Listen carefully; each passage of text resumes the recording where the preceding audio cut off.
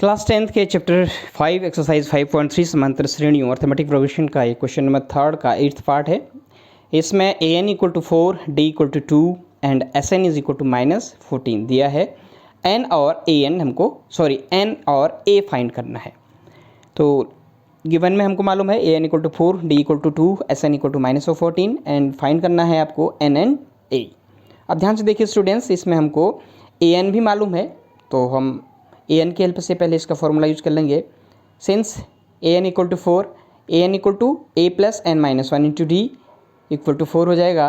और डी की वैल्यू हमको मालूम है इसमें 2, तो डी की वैल्यू पुट कर लेंगे। तो a plus N minus 1 into 2 is equal to 4। 2 से ब्रैकेट ओपन कर लीजिए, 2 से अंदर मल्टीप्लाई कर लेंगे हम इसमें से 2 से अंदर, तो 2n ए प्लस 2n माइनस 2 हो जाएगा इक्वल टू 4। ध्यान से देखिए ना, 2 से ब्रैकेट ओपन कर लिया, 2 से मल्टीप्लाई कर लिया हमने यहाँ, तो 2n minus 1 minus 2 equal to 4। Transposing कर लेंगे इसको, तो 2 यहाँ के हो जाएगा प्लस 2 हो जाएगा, तो ये हो जाएगा a plus 2n equal to 4 plus 2। 4 plus 2 is 6, तो a plus 2n equal to 6।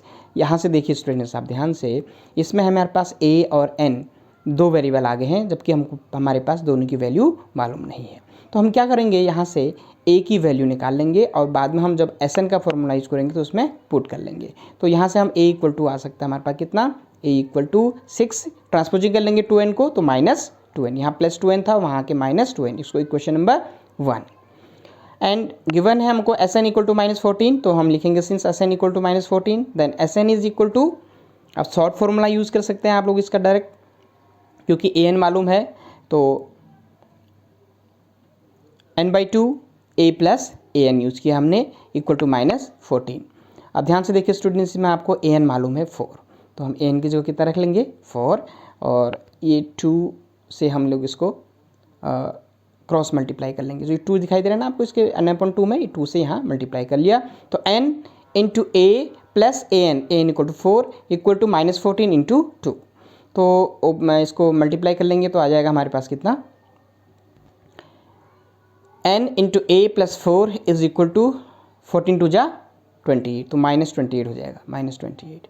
a की वैल्यू पुट कर लो यहाँ से, देखो समीकरण 1 से a इक्वल टू आया हमारे पास 6 माइनस 2n, तो इसकी वैल्यू पुट कर लेंगे हम, तो लिखेंगे समीकरण 1 से a का मान रखने पर, तो n इंटू a की जगह हम लिखेंगे 6 minus 2n plus 4 is equal to -28। इसको सॉल्व कर लेंगे ब्रैकेट के अंदर, ये 6 है और ये प्लस 4 है, तो ये हो जाएगा 10, तो n into 10 minus 2n is equal to -28। अब ध्यान से देखिए, इसमें से आप 2 कॉमन ले सकते हैं स्टूडेंट्स, तो 2 कॉमन ले लेंगे तो बाहर 2n हो जाएगा, 2n इंटू 2 5 जा 10, 5 बचेगा माइनस n बच जाएगा इक्वल टू -28। इस 2 से इसको कैंसिल आउट कर लेंगे हम लोग, तो ये हो जाएगा n into 5 minus n is equal to -14, क्योंकि 14 टू जा 28 होता है।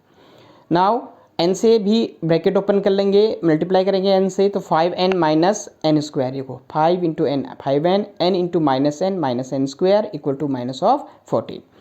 ट्रांसपोजिंग कर लेंगे, सबको इधर राइट साइड ले जाएंगे, तो 0 हो जाएगा। ये n स्क्वायर यहाँ पर माइनस में है, तो यहाँ आके प्लस हो जाएगा n स्क्वायर, और ये प्लस में है तो ये हो जाएगा माइनस, तो ये हो जाएगा आपके पास माइनस का प्लस हो गया प्लस n स्क्वायर, प्लस था तो माइनस हो गया -5n, और ये ऑलरेडी -14 था तो -14। इसको में इस फॉर्म में हमको n के टर्म्स में एक क्वाड्रेटिक इक्वेशन आ गई है। हम इसको सिंपल वे में कैसे लिख सकते हैं, n square minus 5n minus 14 is equal to 0। अब देखिए ध्यान से, क्वाड्रेटिक इक्वेशन है, द्विघात समीकरण है, तो हम मिडिल टर्म स्प्लिट मेथड मध्यपद विभाजन विधि से सॉल्व करेंगे। तो इस 14 के, क्योंकि यहाँ पर 1 है इसका कोफिशिएंट n स्क्वायर का, तो 1 इंटू 14 करते हैं, 14 1 जा 14। 14 के ऐसे फैक्टर करेंगे जिनको सेपरेट के ऐड करके मिडिल टर्म के कोफिशिएंट के बराबर आना चाहिए। तो मिडिल टर्म्स क्या है हमारे पास, 5n है, -5n है, तो 5 के इक्वल आना चाहिए। तो 7 2 जा 14, 7 में से 2 माइनस करेंगे 5, तो 7 इंटू कितना लिखेंगे इसको 2 14 को, और 7 माइनस 2 इसके मिडिल टर्म स्प्लिट हो गए, तो n square minus 7 minus 5 into n minus 14 is equal to 0। Students ध्यान से देखिए, ब्रैकेट ओपन करेंगे तो n square minus into 7n, तो वही हो जाएगा -7n, और ये माइनस इंटू माइनस हो जाएगा प्लस 2 इंटू n 2n। ध्यान देना यहाँ पे ब्रैकेट जब ओपन करेंगे बेटा, तो बाहर से माइनस है, तो -7 हो जाएगा ये, और ये minus into minus plus 2n हो जाएगा, -14 इक्वल टू 0। कॉमन ले लेंगे, इसमें से इन दोनों में से क्या कॉमन आएगा, n कॉमन आएगा, तो n, और इन दोनों में से क्या कॉमन आएगा, 2 कॉमन आएगा, तो n into n minus 7 plus यहाँ से 2 कॉमन लिया, 2 इंटू n माइनस 14, 2 7 जा 14, तो 7 रहेगा यहाँ पे। तो देखिए दोनों ब्रैकेट में सेम आ गए, n माइनस 7 यहाँ पर भी है, n माइनस 7 यहाँ पर भी है, तो n माइनस 7 फिर से कॉमन ले लेंगे और हमारे पास आ जाएगा n माइनस 7 इंटू ये n माइनस 7 बाहर आ गया और n प्लस 2 यहाँ पर बच जाएगा। अब देखिए यहाँ पर कंडीशन क्या हो जाती है, या तो n माइनस 7 इक्वल टू 0 होगा या n प्लस 2 इक्वल टू 0 होगा। तो if n minus 7 equal to 0 then n is equal to 7, transposing करेंगे इसको तो 7 आ जाएगा। दूसरी condition n plus 2 equal to 0 होगा, तो n इक्वल टू आ जाएगा -2। तो हमने आपको बताया है जो भी n की जो वैल्यू होती है in terms of AP arithmetic progression में हमेशा n की वैल्यू एक पॉजिटिव नंबर आना चाहिए, धनात्मक पूर्णांक आना चाहिए। तो धनात्मक नहीं आ रहा है, ऋणात्मक है, तो इसको हम नहीं लेंगे, इट इज़ नॉट पॉसिबल। तो n की वैल्यू क्या लेंगे हम, केवल 7 लेंगे, तो n इक्वल टू 7 हमारी राइट वैल्यू आ जाएगी।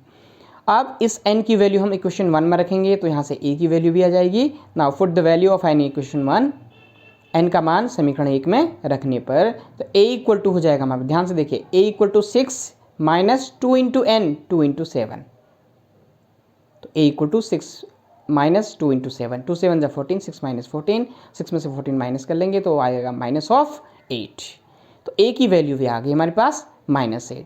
दो वैल्यू फाइंड करनी थी हमने n और a की, तो n इक्वल टू आ गया हमारे पास यहाँ पे 7 और a इक्वल टू आ गया -8।